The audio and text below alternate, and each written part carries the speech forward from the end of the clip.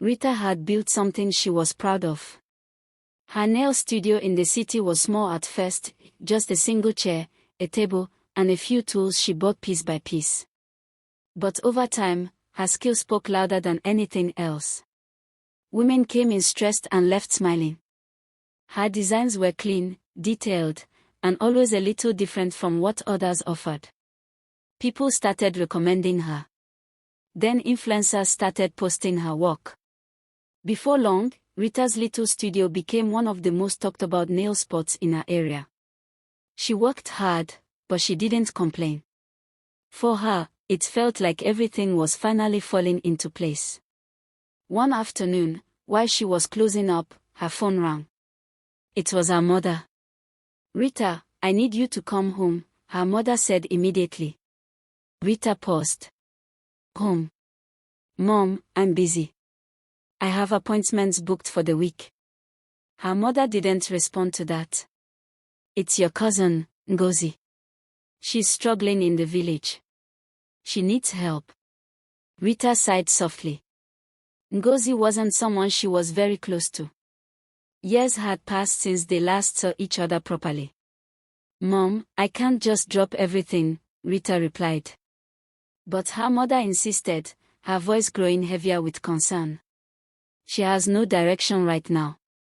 You're doing well. Just bring her with you. Help her start over."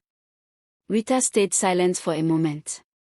She didn't want to say yes, but she also didn't want to refuse her mother.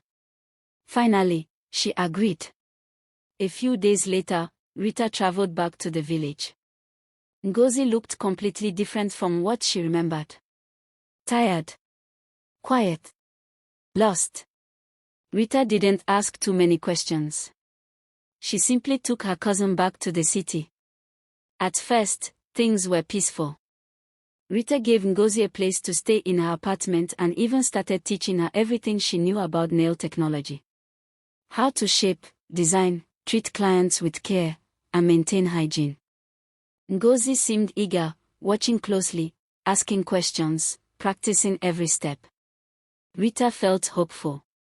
She thought maybe this was a chance for both of them, a new beginning. But slowly, something changed. Ngozi became quiet in a different way. Not peaceful, but distant.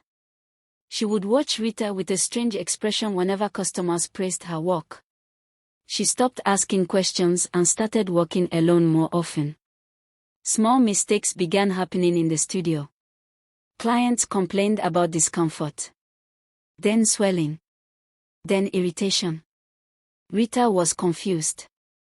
She checked everything herself, her products, her tools, her methods. Nothing seemed wrong. Still, the complaints continued. One day, a regular client left in pain and mentioned needing medical attention. That was when everything escalated. Health officials were called in to inspect the studio. Rita was stunned when investigators found issues with some of the tools being used. She couldn't understand it. Those weren't things she had tampered with. But in the middle of the confusion, attention turned to her. She was the owner. The one responsible.